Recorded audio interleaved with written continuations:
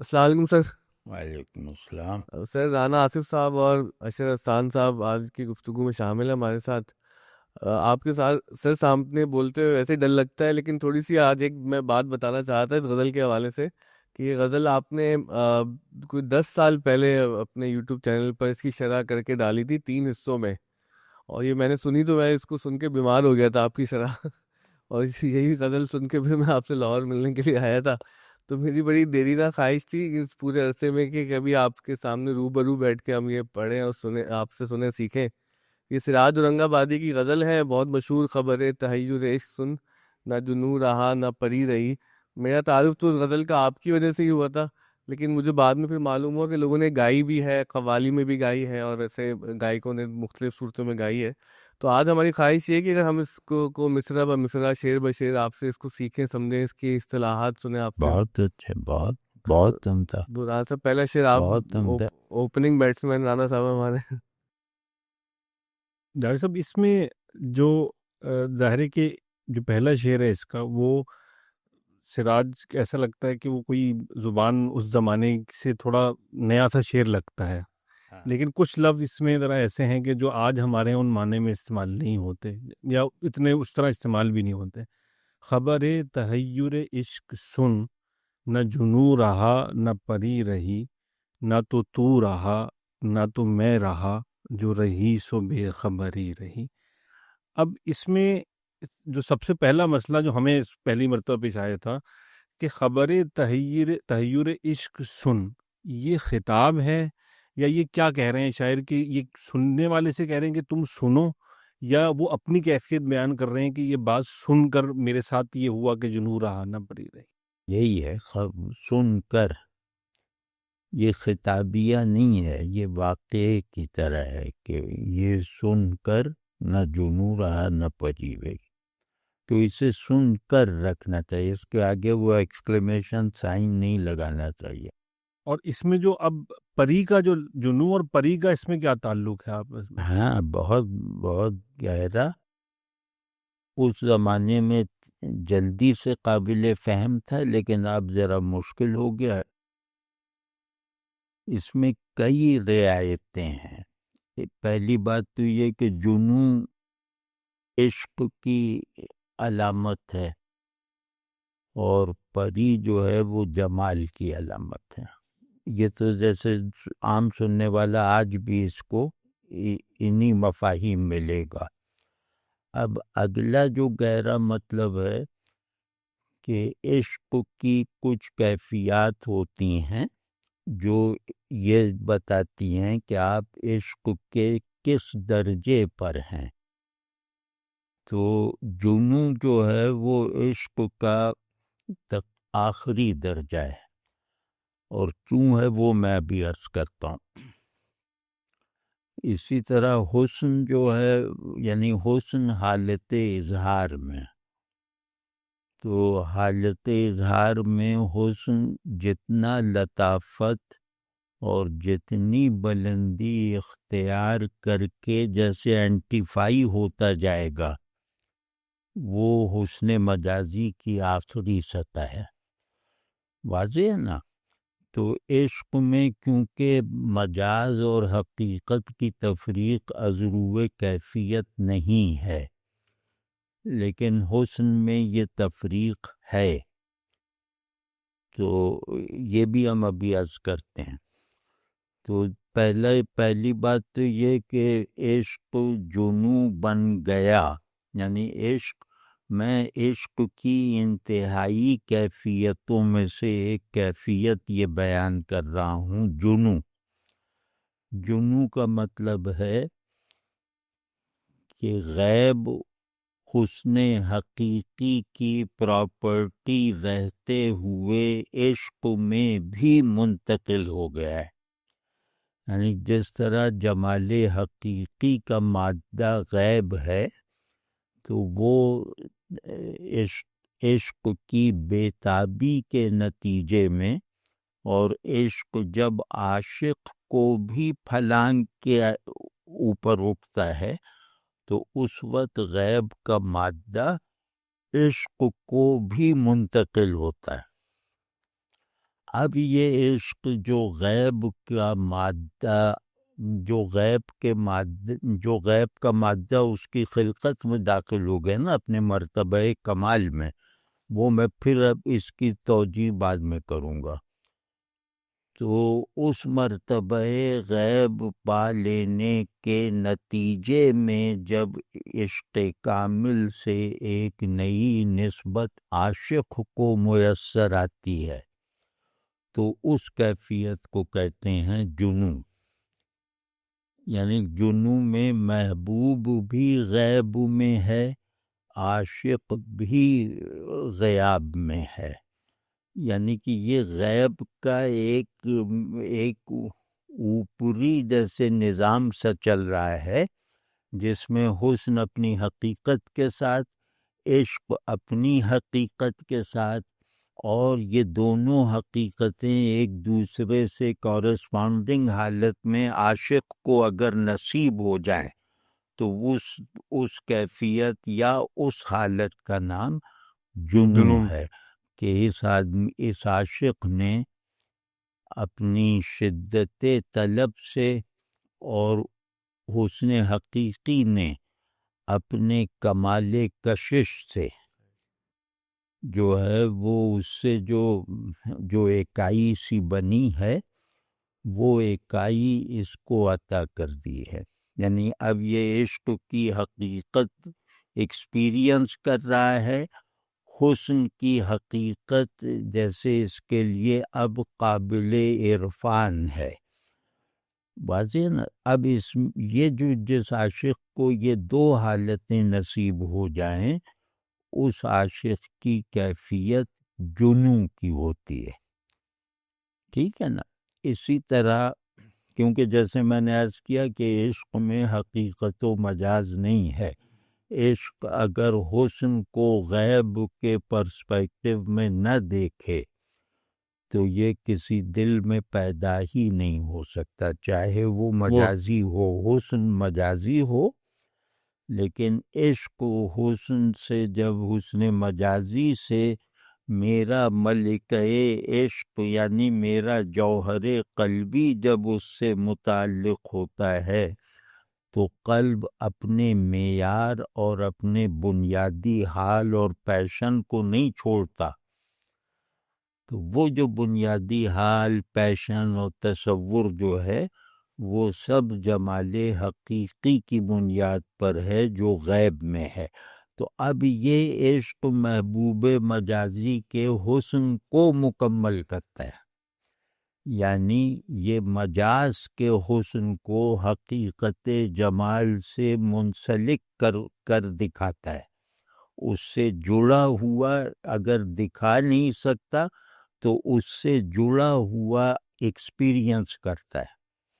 تو اس کو واضح نا؟ تو اب اس میں کیا ہوا کہ پری مثال طور پہ کسی سے بھی عشق ہو گیا اور وہ عشق اپنے مادہ اصلی میں زور پکڑ جانے سے جنوں بن گیا ہے. اب اس جنوں سے قلب میں یعنی جو سیٹ آف لو ہے قلب، اس میں جو ہے یہ دونوں حال پیدا ہو گئے نا.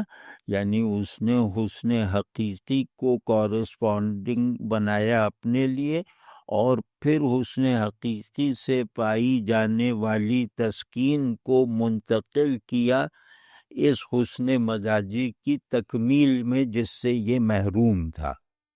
ایک یہ واضح ہو گیا نا کہ میں تمہیں تھوڑی دیکھ رہا ہوں، میں تمہیں اندیکھا ہونا سکھا رہا ہوں.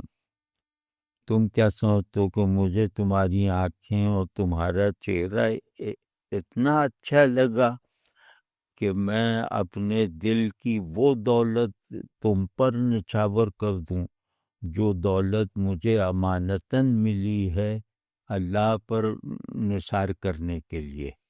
واضح ہے نا؟ یہ کروب لفظوں میں کہہ رہا ہوں، لیکن چونکہ اس سے محبت ہے اور یہ قابل محبت ہے، یہ صورت دل کو اپنی طرف متوجہ کرنے کا استحقاق رکھتی ہے اس صورت میں مجازی ہونے کے باوجود ایک اٹھان ہے حقیقت کی طرف، یا یہ خود اپنی اس شان حسن سے غافل ہے جس کو میں دیکھ رہا ہوں، اور جس شان حسن کو میں جمال حقیقی کے جلوے کی ایک جھلک بن کے طور پر اسے دیکھ رہا ہوں۔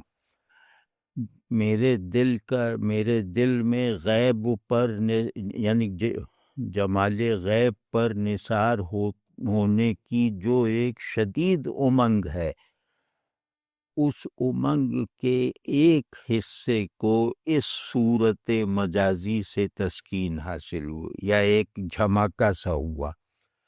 تو اس جھماکے کی شکر گزاری میں سمجھ لیں کہ میں پھر اب اس ذرے کو اس چنگاری کو آتش طور سے جوڑ دوں گا، یعنی اس چنگاری کو لے جا کر آتش طور میں کھپنے کے لائق بنا دوں گا۔ تو یہ ہو گیا۔ اب اس میں پری اس پہلو سے ہے کہ عشق حقیقی سے تربیت یافتہ، جمال مجازی سے کیفیت یافتہ، اب وہ کر رہا ہے کہ اس مجاز کو نقص نہ بننے دے، یعنی کہ اپنے دل کے آگے خود کو شرمندہ نہ ہونے دے، اور دل کو محبوب حقیقی کے آگے نادم نہ ہونے دے۔ تو وہ اب اس کو بنا رہا ہے کہ یہ حسن جو زمین پہ چل رہا تھا، یہ صاحب جمال جو زمین پہ چل رہا تھا، میں نے اسے اٹھا کے فضا میں اڑا دیا، یعنی اسے پری بنا دیا۔ اس جمال کو پاؤں اور زمین سے آزاد کروا دیا، اور اس میں وہ حالت، یعنی اس میں یوں کہنا چاہیے کہ اس کو میں نے آسمان کی طرف اڑنے پر مائل کر دیا، یا اس لائق کر دیا، اور زمین پر اترنے کے تصور سے بھی اسے خالی کر دیا، یعنی زمین کی ہر نسبت سے اس حسن مجازی کو آزاد کر کے میں نے اسے جمال سماوی کے ساتھ نسبت کے لیے ایک قابل اعتبار سامان فراہم کر دیا ہے، یعنی اسے خود کو پر اعتبار ہوگا کہ اب میرے حسن میں ارضیت کی بجائے سماویت غالب آ رہی واہ ہے۔ واہ واہ۔ یہ پری ہے۔ پھر ایک اور بھی، ابھی اتنا تھوڑی، بہت بڑا شعر ہے یہ دوسرا پہلو ہے۔ تیسرا یہ ہے کہ پری کا سایہ یہ جنوں پیدا کرتا ہے۔ بالکل پہلے جیسے وہ صحراؤں میں ہوتا تھا کہ پریاں صحراؤں میں پھرتی تھیں، تو صحرا میں وہ جو عاشق جاتے تھے یا کوئی بھی، تو پری اس پہ سایہ فگن اگر ہو جاتی تھی تو وہ جو مجنوں بن جاتا تھا، وہ جنوں ہو جاتا تھا۔ تو اس وجہ سے بھی کہ نہ میرا سبب میری دیوانگی تو چلی ہی گئی، میری دیوانگی کا جو امیجیٹ سبب تھا وہ بھی غائب ہو گیا۔ واضح نہیں، یعنی اس سبب سے پیدا ہونے والی دیوانگی غائب ہو گئی۔ اب یہ دیوانگی اپنی جگہ برقرار تو ہے، لیکن اس کا سبب خود اس کے لیے غیب میں ہے۔ اس کا سبب جنوں کی شکل جو ہے وہ محض دیوانگی کی نہیں ہے، بلکہ جنوں کی شکل ظہور کو ماورائے ظرف دیکھنے کے نتیجے میں غیب کے بارے میں ایک کیفیاتی قیاس کرنے کی قابلیت حاصل کر لی ہے کہ ظہور نے مغلوب کیا ہے، تو اس مغلوبی میں غیب پر فنا ہونے کے احوال جیسے آہستہ آہستہ اپنا انکشاف کرنے لگے۔ یہ ہو گیا۔ اور دوسرے یہ کہ جنوں اور پری اس میں جو ہے وہ مناسبت حرفی ہے، یا یوں کہہ لیں کہ یہ اگر لکھا ہوا آپ پڑھیں نا تو یہ جنوں اور پری، ہاں یہ اس سے بھی جیسے دانستہ لطف پیدا صحیح کیا گیا ہے۔ جنوں اور تیسرا یہ کہ جنوں اور پری دونوں میں خفا یعنی چھپ مخفی ہونے پن دونوں کی وہ پراپرٹی ہے کہ جنوں بھی نظر نہیں آتا اور پری بھی دکھائی نہیں دیتی، اور جنوں جو ہے وہ نظر نہیں آتا غیب اس سے میں ڈھل جانے کی وجہ سے، اسی وجہ سے عربی میں جو الفاظ جیم نون نون اس سے بنتے ہیں ان میں سب میں پوشیدگی کا عنصر ہوتا ہے، تو جیسے مجنہ ڈھال، جن خفیہ مخلوق، جنوں، اس طرح اور بہت سارے، جند، تو بہت سارے الفاظ ہیں جس میں جیسے پوشیدہ پن پایا جاتا ہے، لیکن یہ میں اس شعر سے منسوب کر کے یہ بات نہیں کہہ رہا، یہ تو ایسے ہی کہ آپ دودھ لینے آئے ہیں تو برفی کی ایک ڈلی بھی جیسے لے جا، اس کا شعر سے تعلق نہیں ہے۔ تو اور اب جو آخری نقطہ ہے، اور یہ بالکل آپ دیکھ رہے ہیں نا سامنے ہے، یہ ہم زور لگا کے نہیں پیدا کر رہے، نزول جمال حقیقی کے نزول سے پیدا ہوا ہے، جمال غیبی کے اترنے سے، یعنی کہ جمال غیبی کی تاثیر سے جنوں پیدا ہوا ہے، ٹھیک ہے۔ پری جو ہے وہ حسن مجازی اپنے تکمیل کے مراحل میں ہے جو عروج کی شکل میں ہے، تو عشق صادق ہو تو اس کے احوال جمال حقیقی سے پیدا ہوتے ہیں، اور عشق صادق ہو تو جمال کی مجازی صورتوں کو بھی مائل بعروج کر دیتا ہے، تو یہ جیسے ایک کنٹراسٹ بھی ہے۔ ہاں جیسا اب اس میں ایک چیز یہ کہ جو یہ ساری واردات ہوئی، یہ خبر تحیر عشق سن، یعنی یہ اس کو بھی فرمائیے کہ یہ عشق کے تحیر کی خبر سن کر یہ کیفیت کیسے ہاں پیدا؟ بہت اچھا، یہ اصل میں یہ سوال بھی بہت اہم ہے، اس میں اصل چیز، اس میں دو چیزیں بنیادی ہیں، تحیر کیا ہے اور عشق کیا ہے۔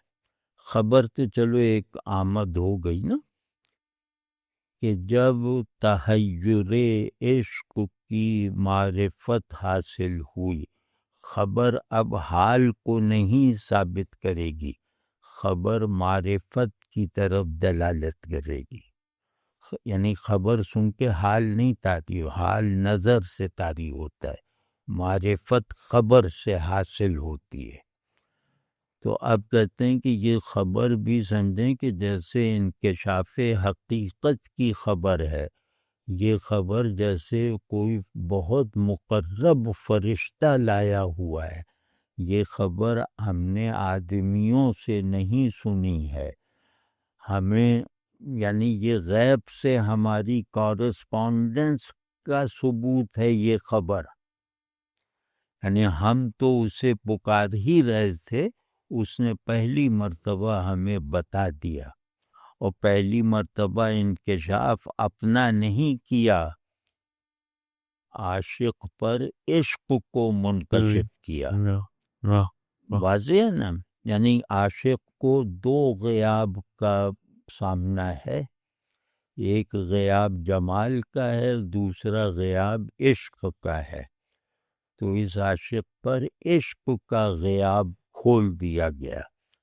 اب یہ تحیر جو ہے، یہ تحیر کا مطلب یہ ہے کہ ماورائے احساس و عقل، یعنی حس اور عقل اور علم اور خبر کے تمام معروف ذرائع سے بالکل بے نیازی کی حالت میں مجھے ایک علم اور ایک معرفت نصیب ہو رہی ہے، یعنی مکمل پیسیوٹی کے ساتھ مجھ تک یہ خبر پہنچائی گئی ہے، مجھ پر یہ خبر اتاری گئی ہے. یعنی یہ خبر ایسی نہیں ہے کہ خبر کا لسانیات میں مصرف ہوتا ہے کہ جو سچ اور جھوٹ ہونے کا استعمال رکھتی ہو. اگر آپ اس میں پڑھیں لسانی مباحث میں تو اس کو اس طرح ختم کر دیا کہ تحیر کے لفظ سے کہ اس کے صحیح اور غلط ہونے کی بائنری قائم ہی نہیں ہو سکتی. یہ حق اور مجاز کے پیراڈائم میں ہے. تو اب خیر وہ جب عشق اپنی حقیقت میں آنکھ کی طرح جس طرح جمال حقیقی کو دیکھ رہا ہے، عشق اپنی حقیقت کے ساتھ جمال حقیقی کے جس حضور کو دیکھ رہا ہے، جس حضور سے گزر رہا ہے، وہ تخیر ہے. یعنی دونوں غیاب اپنے اپنے غیاب کی حالت میں اپنی اپنی حقیقی ماہیت غلط ہے.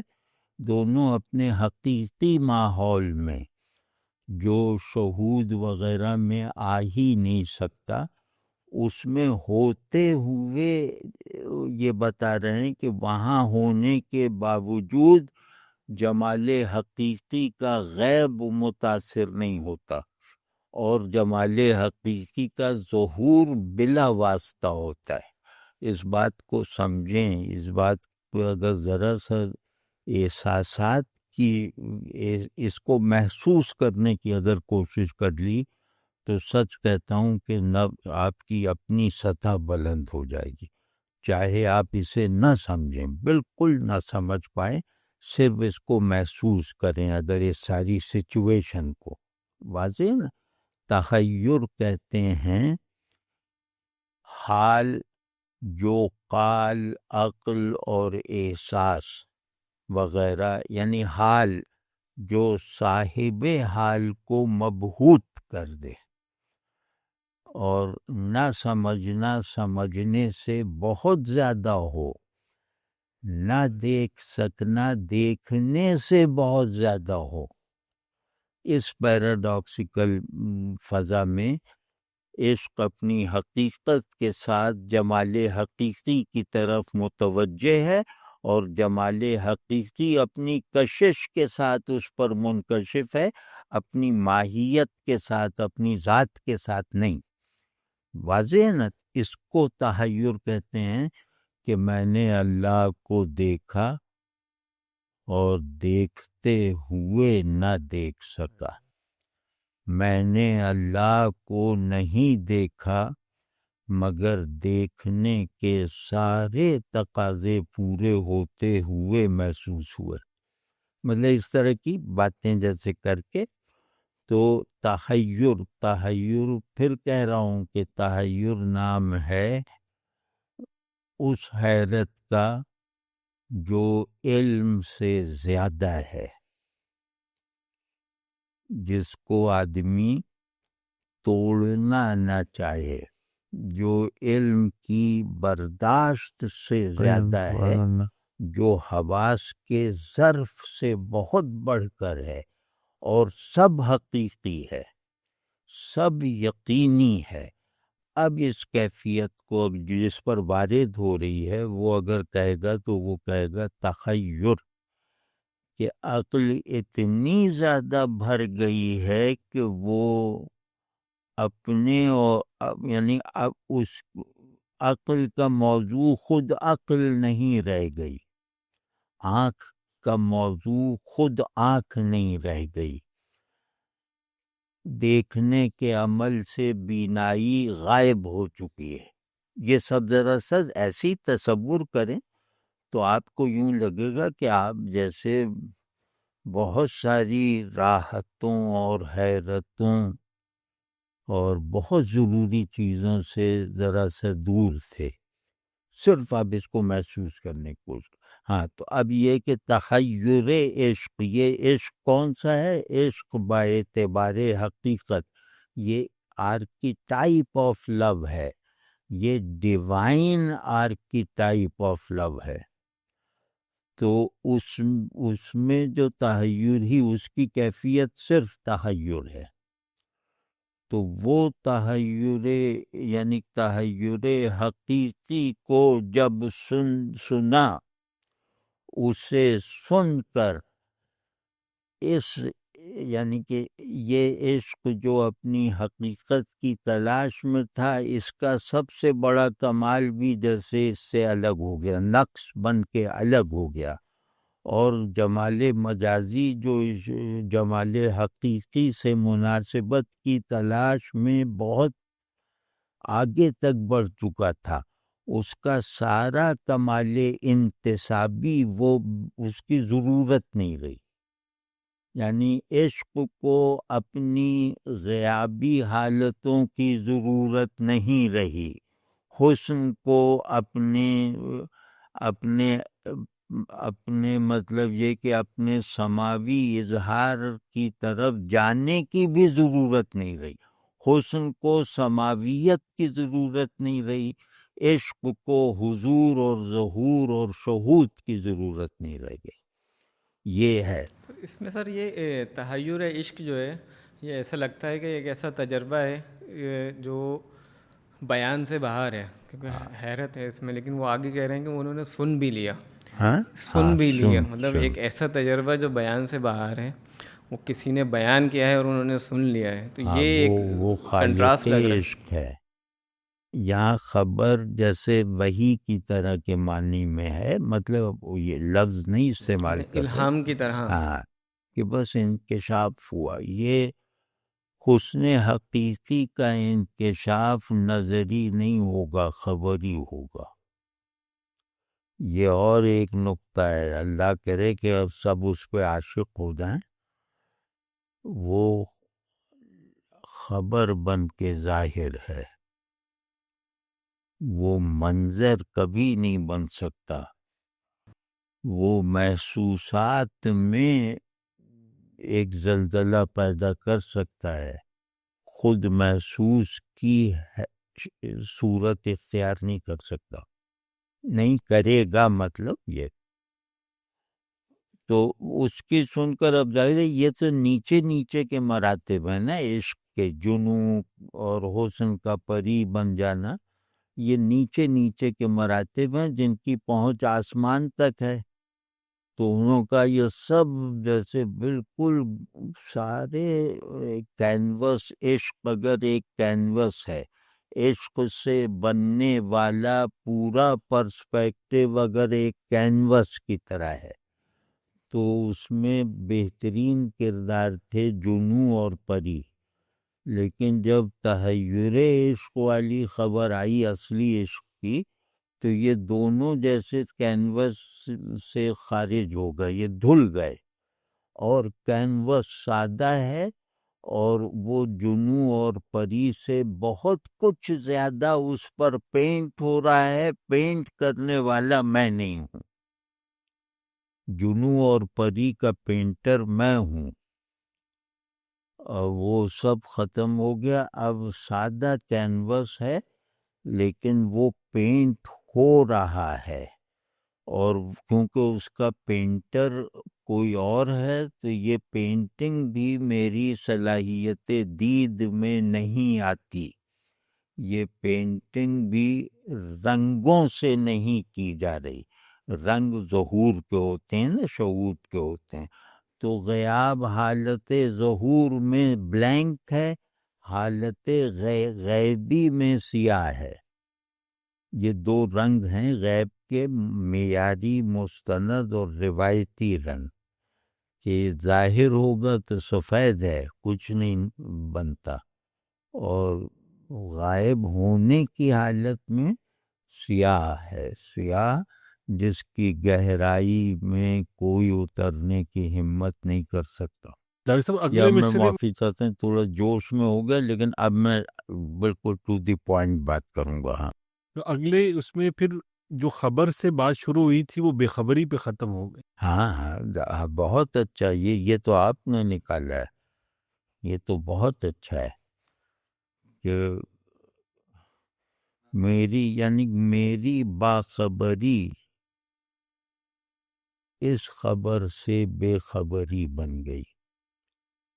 وہ ابھی دیکھیں گے، لیکن آپ اس میں نہ تو ترتیب سے اگر ہاں، چلیں تو نہ تو رہا ہاں نہ تو میں رہا، جو رہی سو بے خبری رہی. تو اب یہ جو نہ تو رہا نہ تو میں رہا، یہاں یعنی اب اس کا احساس ہے یہ، یا یعنی اس پہ اب جو انکشاف ہو گیا اس کے حقیقی کا، تو اب اسے ہر جگہ کوئی ایک شے نظر آ رہی ہے، اسے کچھ نظر نہیں آ رہا. نہیں، اب اس کے اندر غیب سے تحیر حاصل، غیب اور تحیر، یہ اس پہ غیب سے تعلق تحیر کی شکل میں خبر کی فارم میں اسے ملا ہے. اب وہ کہہ رہا ہے کہ یہی اتنی بڑی خبر ہے کہ جس خبر کو پہنچانے والا کو ڈیوائن یعنی کہ پہنچانے والا انسان نہیں ہو سکتا، یا وہ کیا وہ ذہن نہیں ہو سکتا، علم نہیں ہو سکتا، لفظ نہیں ہو سکتا، کوئی ذریعہ نہیں ہو سکتا. یہ مکمل پیسیوٹی کی حالت میں جو جنوں کی بدولت مجھے حاصل تھی، اس میں جو ہے یہ میں نے جب یہ خبر سنی، یعنی اپنے بغیر یہ خبر سنی، اس کو نظر میں رکھتے ہوئے اپنے بغیر یہ خبر سنی. تو ہم تو اپنے بغیر پہلے ہی سے تھے، لیکن ہمیں یہ ادراک تھا کہ ہم اپنے بغیر ہیں. تو اس خبر نے اس واہمے کا بھی خاتمہ کر دیا کہ بغیر کہہ کے اپنا احساس باقی ہے ابھی. تو اس نے ساتھ اور بغیر یہ سب ختم کر ڈالا. تو نہ تو رہا، یعنی یہ اس کو تصوف کی زبان میں کہتے ہیں وجودی اور علمی تعین. تو اس نے جو ہے وہ پہلے علمی تعین نہیں تھا، یعنی میں اپنے لیے بھی نامحسوس نامعلوم بن چکا تھا، لیکن اس نے آ کے اس تعین کو کانکریٹ اور وجودی بنا دیا، کیونکہ وجودی تعین برقرار تھا اس احساس میں کہ میں نے خود کو فنا کر لیا ہے، میں نے خود کو فراموش کر دیا ہے. واضح ہے نا؟ تو کہتے ہیں یہ سارے کانٹیکسٹ اپنے آپ سے نسبت کے سارے سلبی اور ایجابی انداز جو ہیں وہ سب فنا ہو گئے. نہ تو رہا، یعنی تو پورا کا پورا جیسے فنا ہوا، اور نہ تو میں رہا. اب اس میں بہت ایک عارفانہ پیچیدگی ہے جو اگر آپ ماں تک کہیں تو وہ کریں گے. بالکل جی سر. ہاں، یعنی کہ پہلے تو تھا پری کے روپ میں، یعنی یہ محبوب سے خطاب ہے تو. ہاں تو کہ تو پری کے روپ میں، یعنی تو پری بننے میں ہو گیا تھا، تو سمجھتا تھا کہ اپنی موجودہ تعین انا سے وہ بلند ہو گیا ہے. تو میرا بھی یہی حال تھا. تو اب یہ خبر تحیر جو آئی ہے عشق کے تحیر کی، تو اس نے ہماری فنا کو مکمل کر دیا ہے. یعنی تو بھی اب فنا ہوا، میں بھی اب نہیں رہ گیا. یعنی یہ ہمارے لیے بہت بڑی رکاوٹیں تھی ٹرانسینڈنس میں کے حصول میں. تو تیری بھی رکاوٹ اٹھا دی اور میری بھی رکاوٹ ختم ہو گئی، یہ مطلب. تو سر یہاں پہ تو جو ہے نہ تو رہا، تو یہ تو پری کو کورسپونڈ کر رہا ہے، اور نہ تو میں رہا اور یہ جنوں کو کر رہا ہے. تو یہ تو صنعت لف و نشر غیر مرتب ہے یہ، کیونکہ یہ ریورس آرڈر میں بیان ہوا ہے. نہیں، اس میں تو مرتب نہیں ہے نا. ہاں غیر مرتب ہے ہاں، یہ. لیکن اتنی چھوٹی باتوں پہ سنت نہیں ڈھونڈتے. صحیح. رہی سو بے خبری رہی، یہ بڑی بات ہے. اس پہ ذرا آپ لوگ ذرا بات کیجئے نا. یہ تو پھر وہی لیکچر جیسا ہو گیا، اسی سے تو بچنے کے لیے یہ کر رہے ہیں. اب میں زیادہ نہیں بولوں گا، یہ نہیں، مجھے اندازہ نہیں ہو پا رہا، مجھے خود بھی جیسے ہمیں بھی سننے میں، ہم تو شعر، ہمارے پاس بھی بے خبری ہی ہے. نہیں اللہ نصیب فرمائے یہ والی بے صبری۔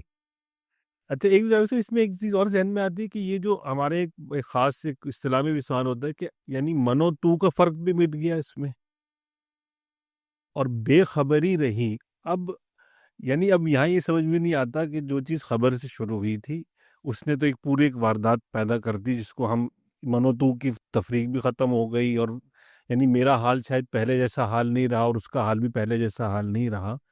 تو اب جو کیفیت ہے وہ ایسا لگتا ہے کہ شاید اب شاعر کہتا ہے کہ اب اس سے آگے کچھ بیان بھی نہیں کیا جا سکتا، اس کو بے خبری کہا جا رہا ہے۔ اس کو بھی کہا جا رہا ہے، ظاہر ہے اس میں اس سر کو ایک بھی تھا۔ سوال یہ کہ جو خبر وجود ہے تو بے خبری تو عدم ہوئی، تو عدم کا ہونا یہ کیسے ممکن ہے؟ نہیں یہاں یہ بات نہیں ہوگی ٹھیک، یہ بات اس کا کوئی قرینہ نہیں کہ خبر وجود ہے، اور یہ تو کہہ سکتے ہیں خبر وجود کی ہوتی ہے، غیر عدم سے تو خبر نہیں آتی نا۔ جی اس پہلو سے تو آپ کہہ سکتے ہیں کہ خبر وجود کی ہے، نتیجہ عدم کا ہے۔ خبر علم دیتی ہے، نتیجہ بے خبری ہے، یہ کیوں ہے؟ یہی ہے نا، تو اس پہ غور کیجئے ذرا، کٹ لیں تھوڑا سا وقت لگا بھی دیں، کیا ہے غور مطلب اس کو غور نہیں کریں آپ، اس کو چکھنے کی کوشش کریں اور پھر بولیں۔ بھئی یہ سامنے کا تضاد پیدا ہوا ہے نا، ایک خبر بے خبری پیدا کر رہی ہے، اور جہاں کی خبر ہے وہ یہاں بے وجودی پیدا کر رہی ہے۔ جی جنوں اور پری دونوں نہیں رہے۔ یہ بھائی سوچ لیں تو اس شعر کے مصنف بن جائیں گے آپ۔ وہ ہے خبر، عشق نے کہہ دیا کہ وہ ہے، عشق نے باور کروا دیا، اس سطح پہ تھا عشق حقیقی نے یہ خبر بھیجی کہ ہے تو صرف وہ ہے، یعنی وہ یا تو، وہ عشق حقیقی کا وہ اور یا تو ہے، ٹھیک ہے۔ تو اس نے خبر بھیجی کہ ہے تو وہ ہے، اور وہ ہے اس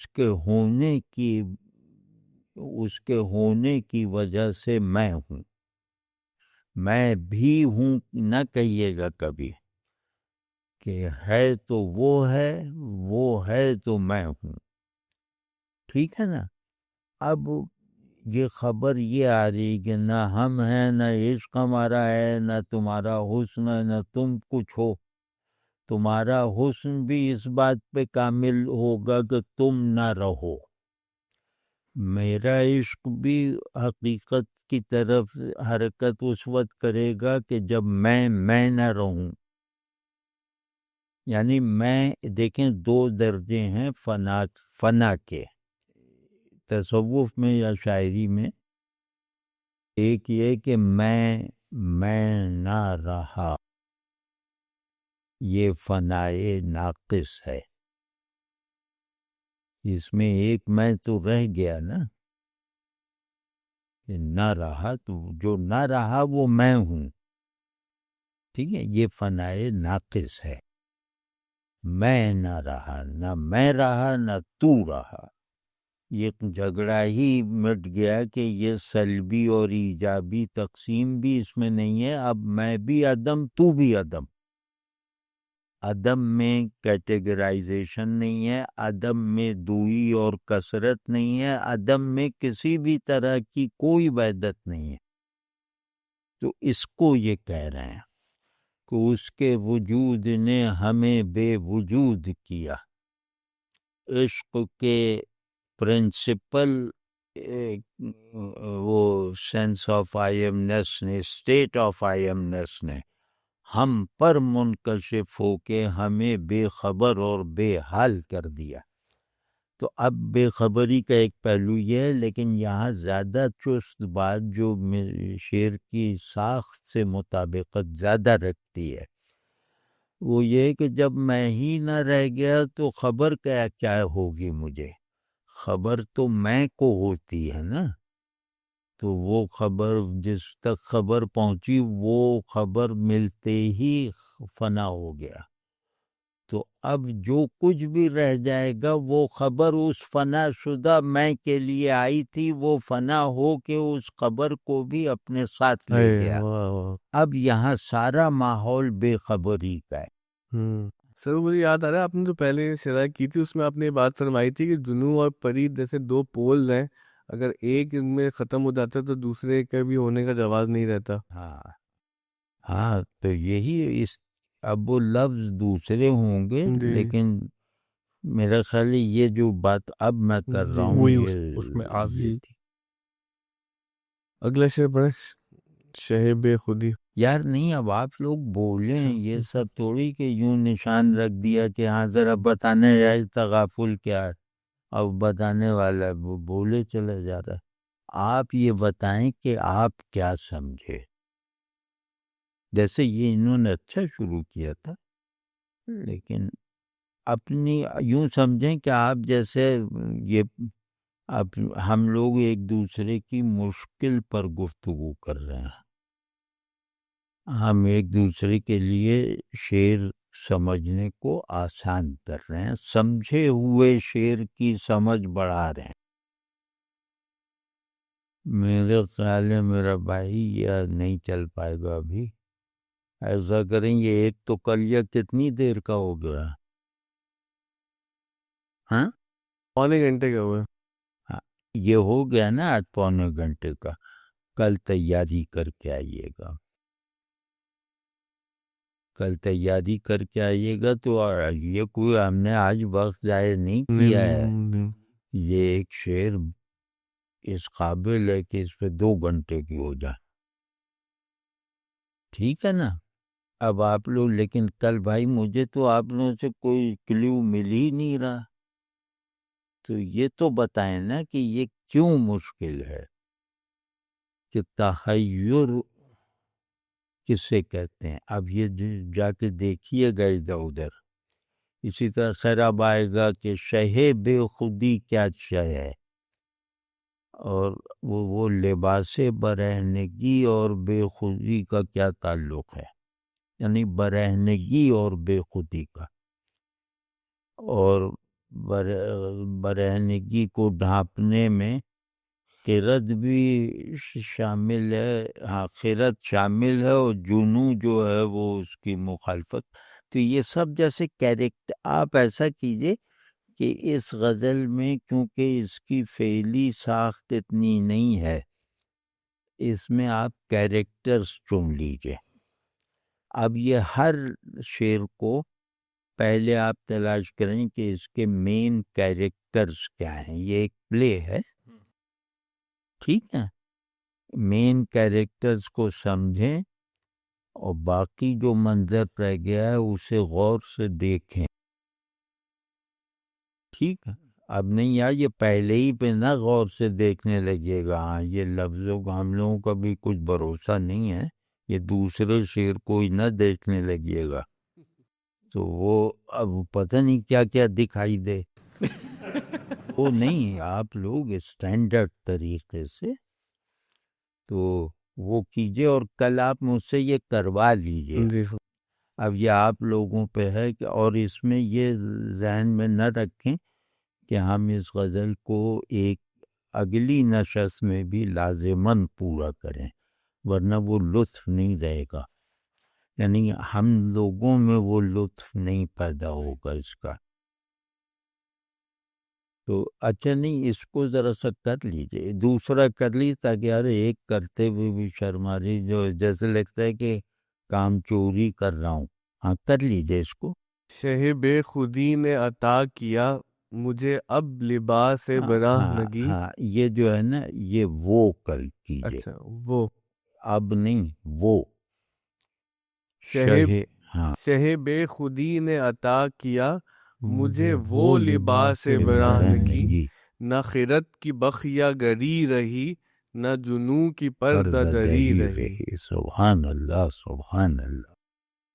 سر یہ جو لباس برہنگی ہے یہ تو ایک پیراڈاکس ہے کہ دو الگ الگ ہیں، تو اب جب یہ مل کے کیا معنی بنائیں گے یا کیا منظر بنائیں گے؟ یعنی کہ ہمارے دو وجود ہیں، ایک وہ ہے جو لباس کے تابع ہے، اور دوسرا وہ ہے جو خود لباس ہے۔ وہ نہیں، اب ایسے سے چلیے کہ شہ بے خودی سے شروع کیجئے۔ اچھا، اس میں جو ہے سب ایک چیز یہ، جیسے جو اس میں ہم ایک سامنے کی جو چیز نظر آ رہی ہے کہ بادشاہ جو ہوتا تھا اس کی طرف سے خلعت ملتی تھی، وہ بس لباس ہے، وہ لباس ہے، لیکن اس میں جو شہ بے خودی، اب یہاں وہ بادشاہ یا وہ شاہ جو بے خودی دے رہا ہے لباس کے طور پہ، یہ مفہوم لیں گے ہم اس سے؟ جو بے خودی کا بادشاہ ہے، نہیں، شہ بے خودی جو خود بادشاہ ہے، یہاں پہ اس مفہوم میں لی، یعنی بے خودی خود بادشاہ ہے۔ ہاں، بے خودی حاکم ہو گئی ہے۔ صحیح صحیح۔ تو یعنی یہ پہلے شعر سے جڑے احوال میں رکھی ہے نا۔ وہ بے خبری سے اب ہم نیچے آئے، شہ بے اب خودی۔ بے خبری فنائے شعوری ہے، صحیح۔ بے خودی فنائے وجودی ہے۔ اب یہ کرتے کہ تو فنائے وجودی کا غلبہ کامل ہوتا ہے، تو یہ کامل غلبہ اسے شاہ کہلوا رہا ہے۔ یعنی اس نے وجود پہ فتح پا لی ہے۔ نہیں، ابھی کسی چیز پہ فتح نہیں، بے خودی ایک کیریکٹر ہے، جس طرح بے خبری ایک کیریکٹر ہے۔ بے خبری کی فتح جو ہے وہ معرفت کے طور پر ہے، بے خودی کی فتح وجود کے نظام پر ہے۔ یعنی بے خودی کا مطلب ہے ترک وجود، بے خبری کا مطلب ہے ترک شعور۔ واضح ہے نا؟ تو ترک وجود زیادہ بڑا دھماکہ ہے نا، اور وہ ترک وجود کو محسوس زیادہ کیا جا سکتا ہے ترک شعور کے مقابلے میں، تو اس لیے اس میں کیریکٹرز زیادہ کنکریٹ ہیں، واضح زیادہ ہیں۔ یہ بھی ٹیکنیک دیکھیں کہ یہ کتنا بڑا شاعر تھا۔ یہاں جو ہے، یہاں کیریکٹرز بھی مبہم ہیں، علامتی ہیں مطلع میں، یہاں بالکل سامنے کی، بالکل سامنے کی چیزیں۔ بادشاہ ہے جیسے اس کا دربار، لباس ہے، لباس۔ برہنگی سامنے کی چیز نہیں، لیکن وہ ابھی دیکھ وہ لباس کے حوالے سے، پھر خیرت کی بخیہ دری، یہ تصور سامنے کا ہے، جنوں کا چاک کرنا یہ سامنے کا ہے، تو اس میں مطلب بہت علامتوں کی ضرورت نہیں ہے۔ اب یہ ٹھوس کیریکٹر ہیں، اور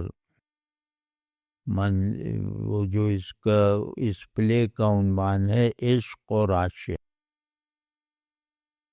حقیقی عشق اور سچا عاشق، یہ دو مصروں کا عنوان ہے۔ اب اس عنوان سے یہ پلے چل رہا ہے۔ اب دیکھیے اس میں سر جو عاشق ہے، کیا اس نے شہ بے خودی سے لباس طلب کیا تھا یا اس کو یہ بن مانگے دیا گیا؟ نہیں، بے خودی سے کون لباس طلب کرے گا؟ بے خودی سے تو بھاگیں گے نا۔ اس میں ہے نا کہ اس نے عطا کیا، خوش ہو کے عطا کیا کہ فنائے شعوری میں یہ کامیاب ہو چکا ہے، یعنی فنائے شعوری سے دی جا چکی ہے، اب یہ لائق ہو گیا ہے فنائے وجودی کے۔ وہ اس کے اس کارنامے کے اوپر سرشار ہو کر اس نے اس کو لباس خلعت جو ہے وہ عطا کی۔ کارنامہ اس کا تھوڑی تھا، مطلب اس کی حالت دیکھ کر اس نے کہا ہاں اب مجھے اپنا کردار ادا کرنا ہے۔ خبر وزیروں نے دی تھی، لباس بادشاہ نے دیا ہے، اب یوں سمجھ لیں، نہ میں رہا نہ تو رہا، اب یہ گویا خبر پہ ہم نے عمل کر لیا، ہم خبر پہ میں رکاوٹ نہیں بنے، اس بات سے خوش ہو کر اس نے یہ دے دیا۔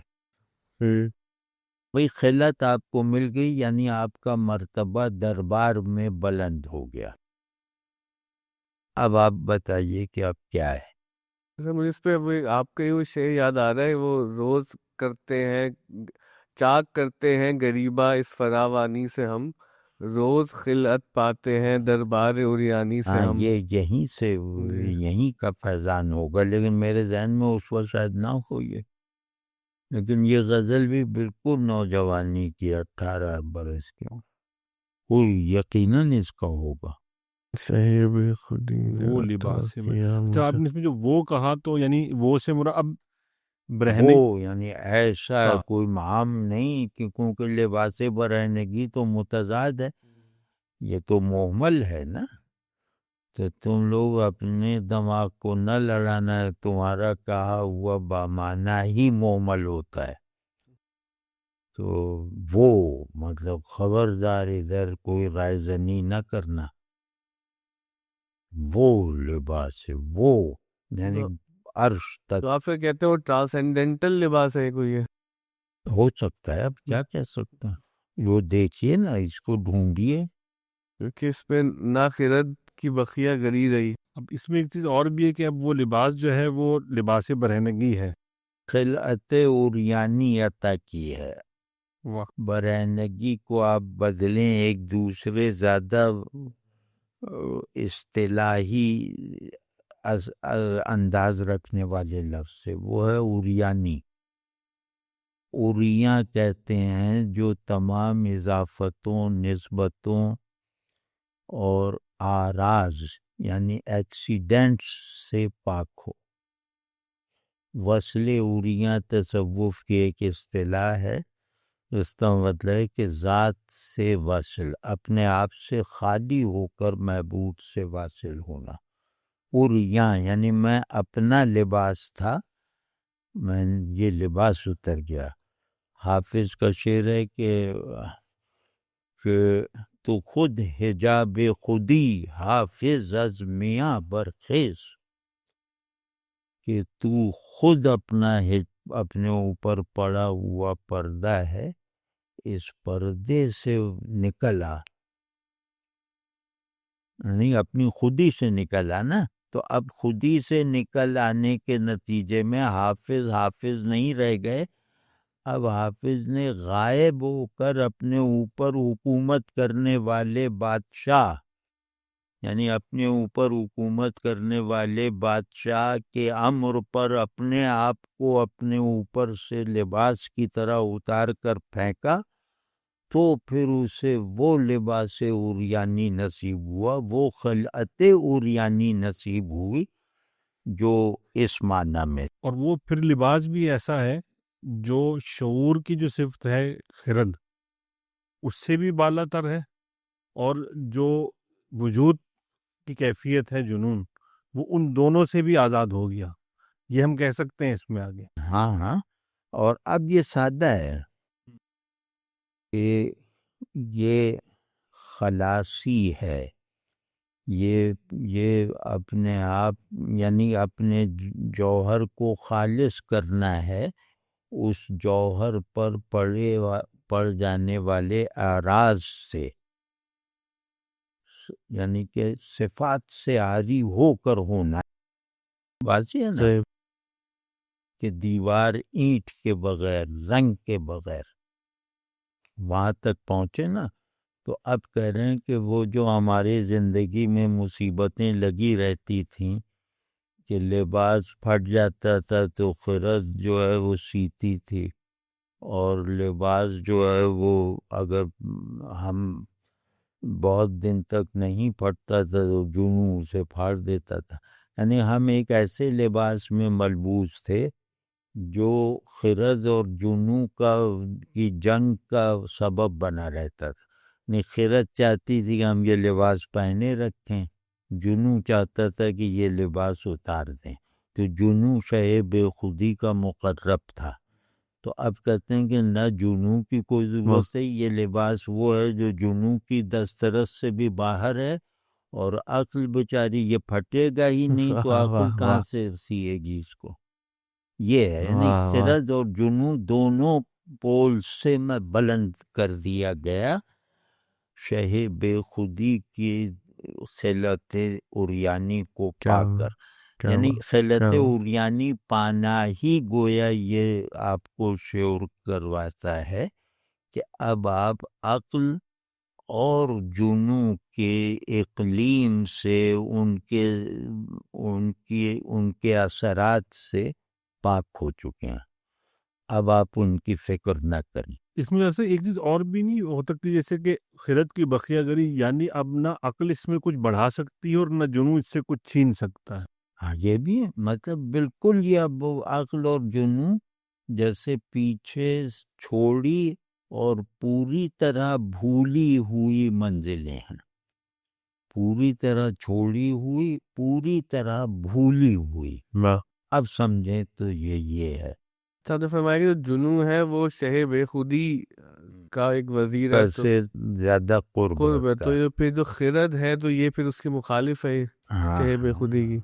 خرد جو ہے لباس سے دلچسپ، لباس جو ہے برہنگی جنوں کی ہے، جنوں بھی برہنگی کو غالب کرنے میں ناکام رہا، خرد ہمیں لباس پہنانے میں ناکام رہی، مطلب بار بار سیتی رہی۔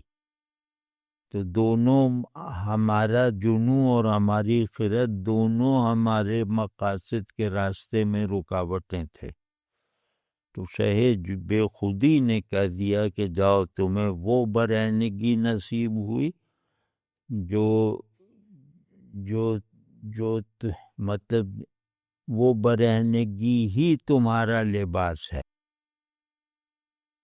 ذرا اس کو غور کر کے دیکھیے تو عجیب سے رونگٹے کھڑے ہو جائیں گے کہ تجھے ہم نے بلند کیا درزیوں کے پاس جانے سے، کپڑے وغیرہ ڈھونڈنے سے، اب تیرا بے لباس ہونا ہی تیرا لباس ہے، کیونکہ تجھے دیکھنے والا صرف میں ہوں۔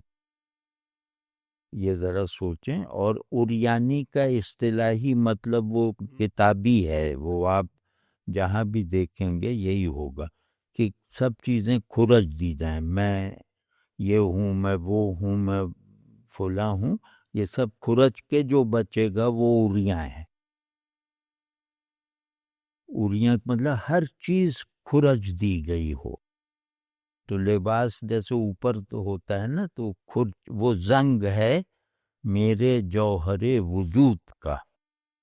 اب تو بہت آسان نہیں ہوگا یہ کہ تم خرد اور جنوں کے بائنری سے اوپر اٹھ گئے ہو۔ عشق اور حسن مجاز پر اگر راضی رہیں تو ان کے نظام یہ خرد اور جنوں کے تصادم میں چلتا رہتا ہے، لیکن جیسے ہی عشق اپنی حقیقت سے واصل ہو تو پھر نہ خرد کی ضرورت رہ جاتی ہے، کیونکہ خرد ایک ناکام محافظ ہے، ایک ناکام رفوگر ہے، اور جنوں جو ہے وہ گریبان پھاڑنے والا ہے۔ تو جنوں گریبان پھاڑنے میں بھی ناقص رہا کہ بھئی چلو لباس سے ہی جان چھوڑا دیتا، نہ عقل لباس کو سالم رکھوانے میں کامیاب رہی۔ تو میں دو نقائص میں رہا کرتا تھا۔ خیرت اور جنون دونوں ہی ناقص ہیں، شہ بے اب خودی نے وہ اسے کامل کر دیا۔ کامل کر، کیونکہ وہ تضاد ختم کر دیا۔ اب لباس اور برہنگی دو چیزیں نہیں ہیں، ایک ہے۔ آپ سمجھیں نا، وہ تضاد نقص کا موجد ہے نا، تو تضاد ختم ہو گیا۔ ہم سمجھتے تھے کہ تضاد ہے، انہوں نے یہ پیراڈاکسیکل وننس پیدا کر دی لباس سے برہنے کی۔ تو سر یہ ہم پہلے شعر کی طرف بھی لوٹا سکتے ہیں کہ جو خبر ہے اس نے نقص پیدا کیا تھا اور بے خبری نے کمال دے دیا۔ ہاں، معرفت پوری ہو گئی نا۔ خبر نے کیا کیا تھا؟ نقص پیدا کیا تھا کہ اس میں وہ جنوں اور پری کی دوئی تھی۔ ہاں نہیں، نقص خبر نے نہیں پیدا کیا تھا، خبر نے بے خبری کا کمال پیدا کیا۔ ہاں خبر نے بے خبری جنریٹ کی ہے، کمال سے کیونکہ وہ خبر بہت دور سے آئی ہے، مطلب وہ ہمارے تضادات سے مابرہ ہے۔ صحیح سے ٹھیک ہے نا، یا اس کو بس آگے آگے یہ جو اگلے 2-3 شعر آ رہے ہیں یہ زیادہ مشکل ہیں اور زیادہ اہم ہیں.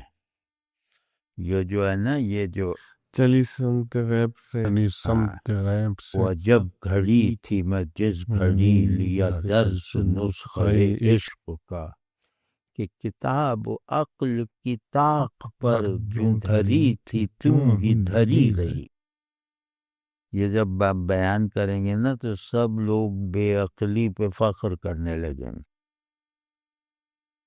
اب آپ دیکھتے نہیں، ہر جاہل اجہل کذب عقل کی کتاب میں نے طاق پہ رکھی ہوئی ہے، اور جنوں اس کا جو ہے وہ ہیروئن کا نتیجہ ہے. یہ سب نہیں، یہ لوگ بہت خطرناک بھی ہیں. یہ آپ کے نفس میں ایک بے حسی پیدا ہو جاتی ہے. بڑا کلام چھوٹوں کو برباد کر سکتا ہے. بڑے کلام کا مخاطب بننا پہلے کوالیفائی کرنا پڑتا ہے. کہ میں وہاں پہ وہ فلاں گانے والے کی سے حاصل کردہ ذوق پسند کو لے کر کسی استاد گویے کے پاس چلا جاؤں تو کیا حاصل ہوگا؟ اس استاد کی استادی مجھے غارت کر دے گی.